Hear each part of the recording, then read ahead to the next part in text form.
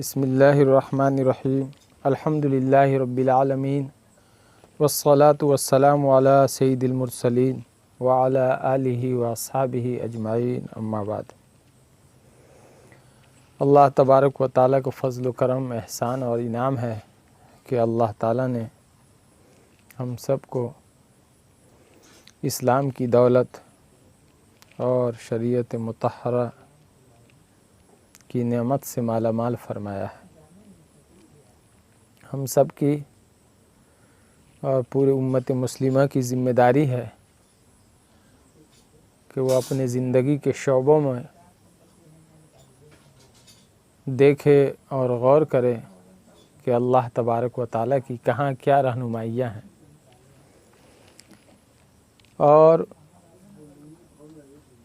اللہ کی رضا کو سامنے میں رکھ کر اپنی زندگی کو گزارے۔ اور یہ ذمہ داری ہر جگہ اور ہر قدم پر ہے۔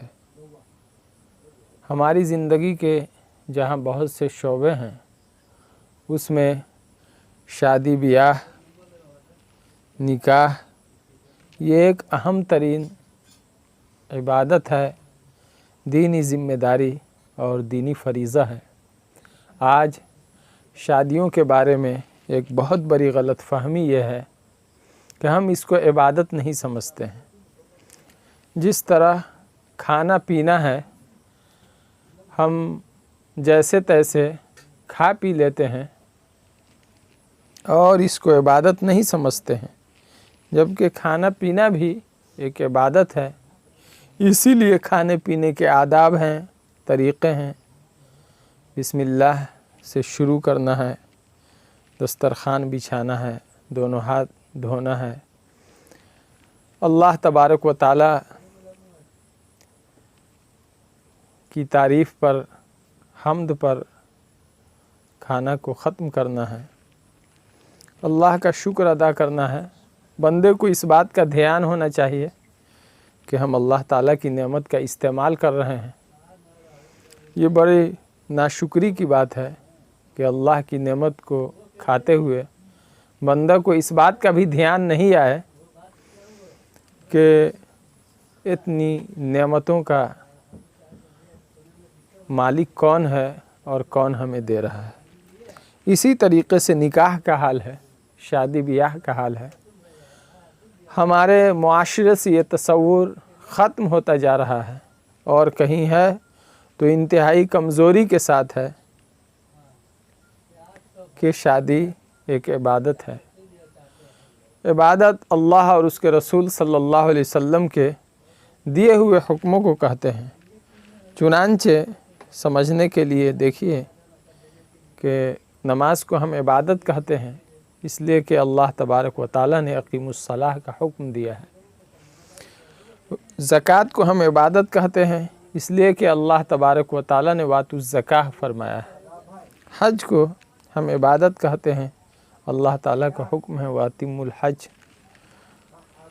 روزہ کو ہم عبادت کہتے ہیں اس لیے کہ اللہ تبارک و تعالیٰ نے کتب علیکم الصیام فرمایا ہے۔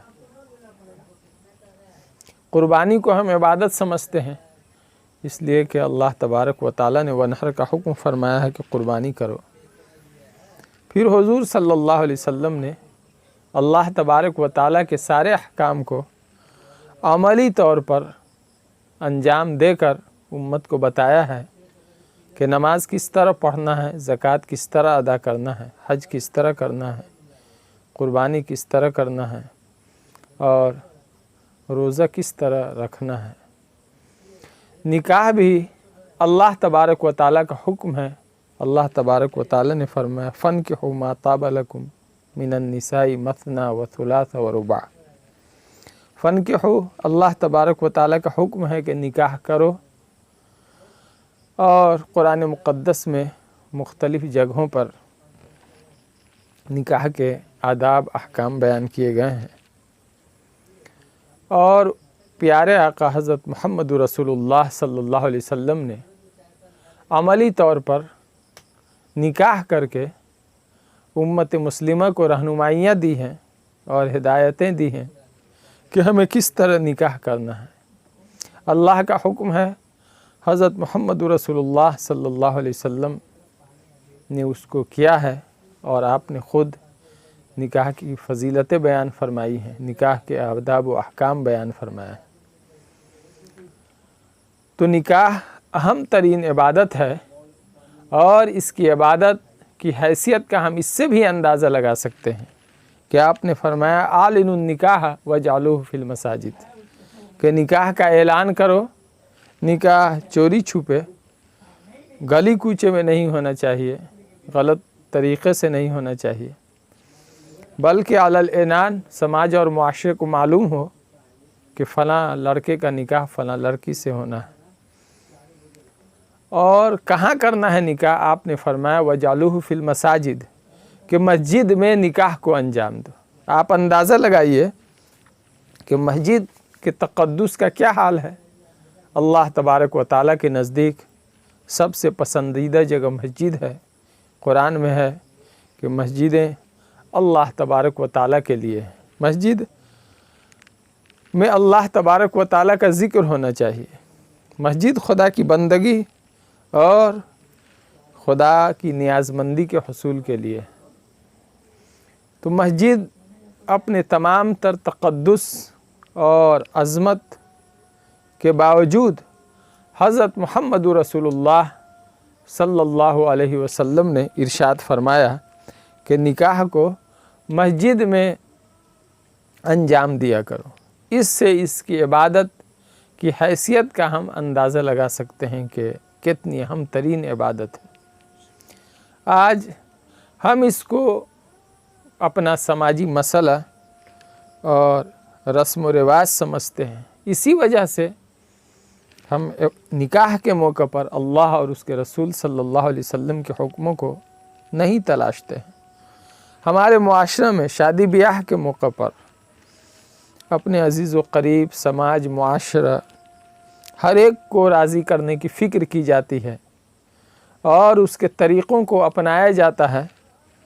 اگر درمیان میں کہیں سے کسی کی ناراضگی کی خبر آتی ہے تو اس کو بھی منانے کی فکر ہوتی ہے، لیکن نکاح اور شادی کی بات شروع ہوتی ہے اور ختم ہوتی ہے، لیکن اس درمیان میں کبھی کہیں بھی اس بات کا دھیان نہیں آتا ہے کہ اللہ تبارک و تعالیٰ راضی ہو رہے ہیں یا نہیں ہو رہے ہیں، اللہ تبارک و تعالیٰ خوش ہو رہے ہیں یا ناراض ہو رہے ہیں۔ اس لیے ضرورت ہے کہ نکاح اور شادی کے موقع پر بھی اللہ تبارک و تعالیٰ کے حکموں کا لحاظ رکھا جائے اور عبادت سمجھ کر اس کو انجام دیا جائے۔ جب ہم اس کو عبادت سمجھ کر انجام دیں گے تو انشاءاللہ اللہ اور اس کے رسول صلی اللہ علیہ وسلم کے حکموں کی تلاش کی فکر ہوگی اور ہماری شادیاں سادی بنیں گی اور نکاح آسان ہوگا۔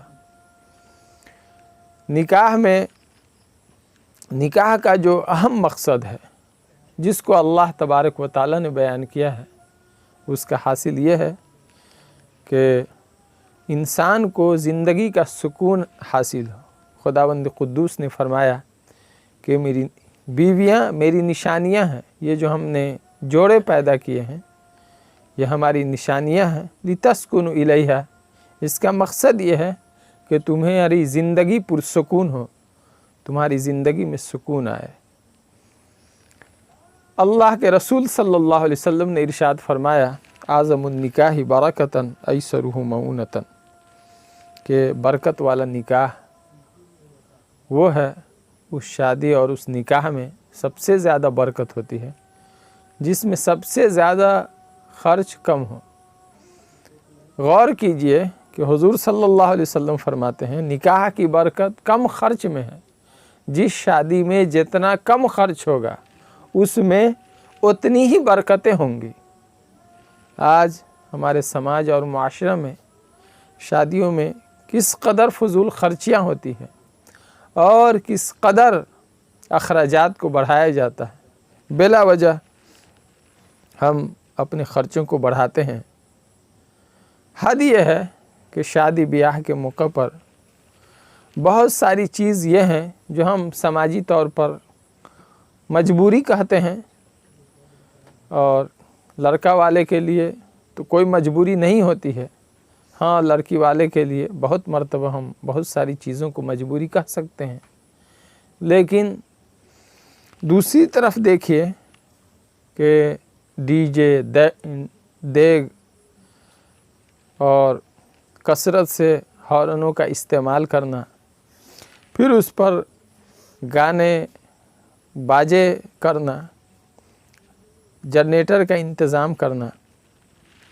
آپ غور کیجئے کہ اگر بہت سارے اخراجات ہیں تو آدمی اپنے ارادہ اور اختیار سے ان خرچوں کو بچا سکتا ہے.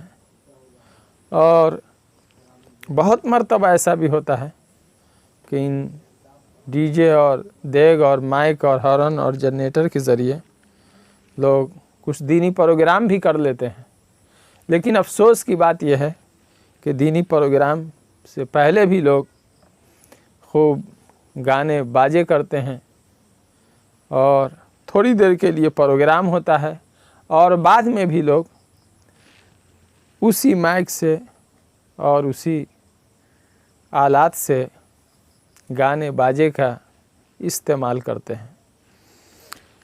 کیا نکاح کی برکتیں ہمیں حاصل ہو سکتی ہیں؟ آج شروع ہی دن میں نکاحی کے وقت فتنے شروع ہو جاتے ہیں رسم و رواج کی وجہ سے.